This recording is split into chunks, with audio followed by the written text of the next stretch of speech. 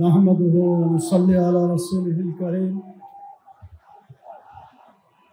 সংগ্রামী সভাপতি, আজকের এই জাতীয় মহাসমাবেশের সম্মানিত জাতীয় নেতৃবৃন্দ, সাংবাদিক বন্ধুগণ, টেকনাফ থেকে তেঁতুলিয়া থেকে আগত আমার একান্ত প্রিয় ভাইয়েরা, আসসালামু আলাইকুম ওয়া রাহমাতুল্লাহি ওয়া বারাকাতুহু। সংগ্রামী ভাইয়েরা, আমি প্রথম কথায় বলতে চাই, ইসলাম যেখানে থাকে সেখানে শান্তি থাকে, যেখানে ইসলাম নয় সেখানে শান্তি থাকতে পারে না। সেখানে দুর্নীতি বাসা বাঁধে, মুনকার ফিতনা ফাসাদ বাধা পায়। আপনারা দেখেছেন পাকিস্তানের 24 বছর আর বাংলাদেশের 54 বছর যোগ করলে হয় 78 বছর। এই 78 বছরের ইতিহাসে জাতীয় সংসদে ইসলাম দিতে পারে নাই, কোরআনের আইন একটাও চালু হয় নাই। সেজন্য দেশের মানুষ শুধু অশান্তি, দুর্নীতি আর সমস্ত ধরনের দুঃখ কষ্ট দেখেছে। আমি আপনাদের জিজ্ঞাসা করতে চাই, আপনাকে দুঃখ কষ্ট আর চলতে দিতে চান? যদি না চান, আগামী দিনের জাতীয় সংসদে শুধুমাত্র ইসলাম চলবে, কোরআন এবং সুন্নাহর আইন চলবে।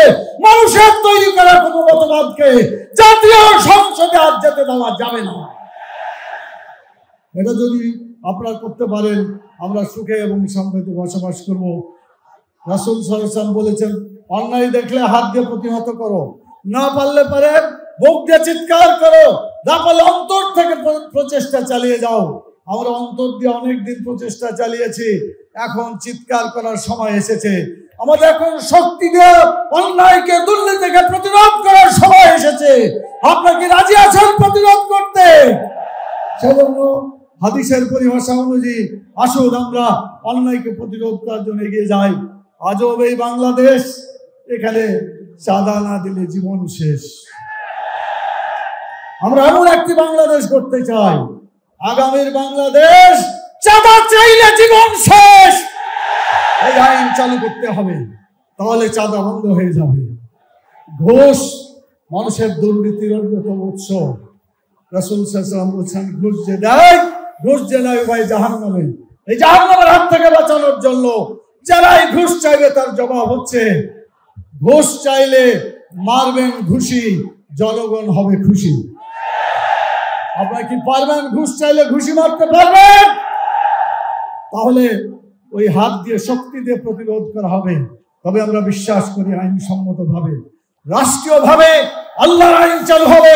শক্তি দিয়ে অন্যায়কে, ফিতনাকে, দুর্নীতিকে চিরদিনের জন্য স্তব্ধ করে দিতে হবে। আপনারা কি রাজি আছেন? যারা যারা রাজি আছেন দুই হাত তুলে আল্লাহর কাছে দেখান। আল্লাহ তাআলা তুমি বাংলাদেশকে দুর্নীতিমুক্ত দেশে পরিণত করো, তোমার আইনকে বাংলাদেশে তুমি চালু করে দাও। রব্বানা তাকাব্বাল মিন্না ইন্নাকা আনতাস সামিউল আলিম। আসসালামু আলাইকুম ওয়া রাহমাতুল্লাহি ওয়া বারাকাতুহু।